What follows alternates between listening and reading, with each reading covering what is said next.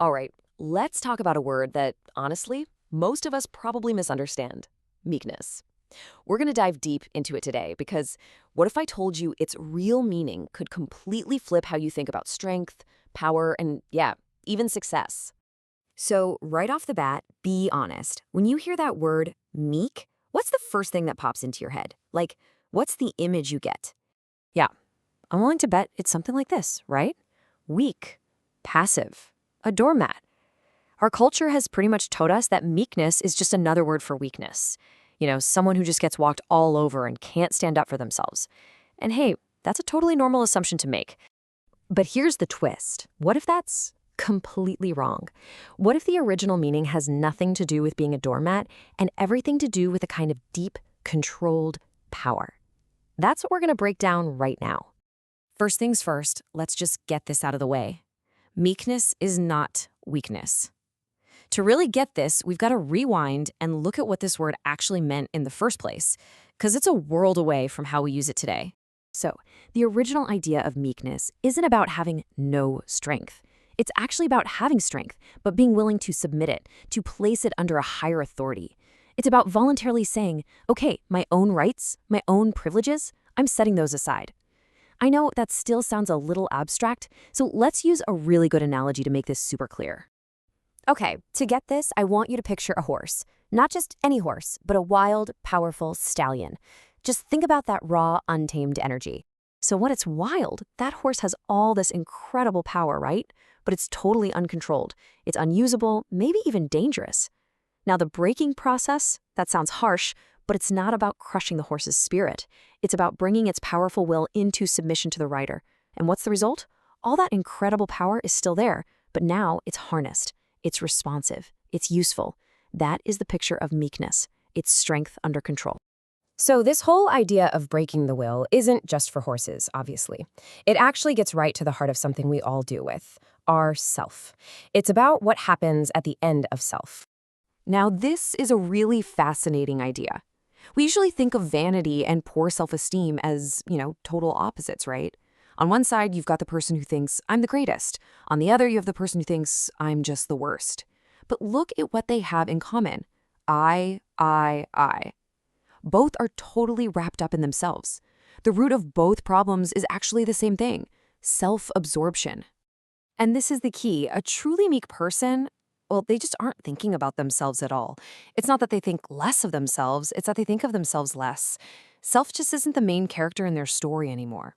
And the result of that is this incredible freedom. Adam Clark put it this way: a meek person is ready to hang out with anyone because they never think they're superior. They know any good thing they have is a gift from God. Think about it. When you're not constantly trying to figure out where you stand, you can just see everyone else as an equal. There's no above me or below me.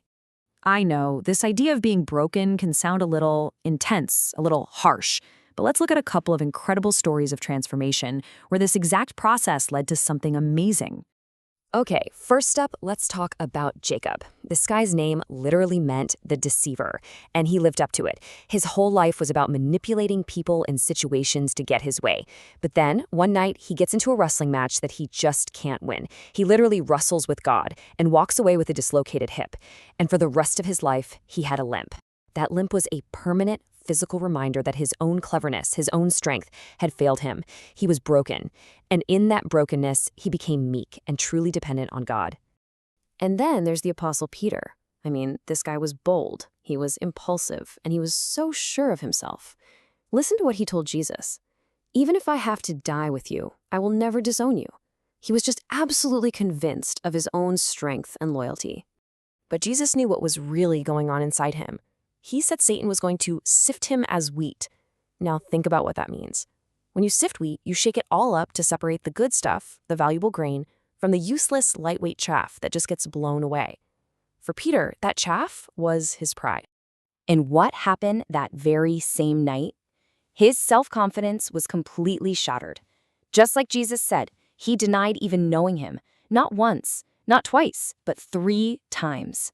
And the scripture says he went outside and just wept bitterly.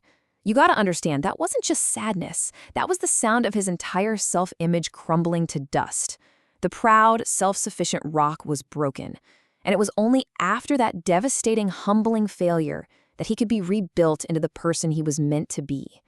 His strength was finally put under the right control. So, okay, meekness is strength under control, and it comes from this breaking of our own self-will. But let's be real, why would anyone want that? It sounds like weakness. It sounds like failure. Well, the reason is that the promise attached to it is, well, it's absolutely staggering. I mean, just look at this contrast. Who inherits the earth? The world tells you it's the strong, the assertive, the charismatic dominating leader, the one who puts others down to get ahead. But the kingdom's economy is completely upside down. It says the real heirs are the broken and the meek, the ones who don't need to defend themselves because they bow to a higher authority. And get this inheritance isn't just about something you get way off in the future. It's something you experience right now. A.W. Tozer called it soul rest. Can you just imagine the peace, the old, exhausting struggle to defend yourself, your ego, your reputation? It's just over. You found the peace that only meekness can bring. So how do you get there? Well, the thing is, you can't just grit your teeth and decide, okay, today I'm going to be meek. It doesn't work like that. It's a result, a byproduct of a process. It's like a staircase. Step 1 is realizing your own poverty of spirit, that on your own, you really have nothing to offer. Step 2 is mourning that reality, really grieving it. And what comes naturally after those 2 steps? Meekness, that quiet, confident strength that's finally under control. And that leaves us with a final thought. We live in a world that is constantly screaming at us. Promote yourself, assert yourself, build your personal brand. In that kind of world, the idea of meekness feels, well, it feels like a radical countercultural act. So the question is, what if the greatest power isn't found in fighting for yourself, but in the quiet strength that comes from finally surrendering yourself?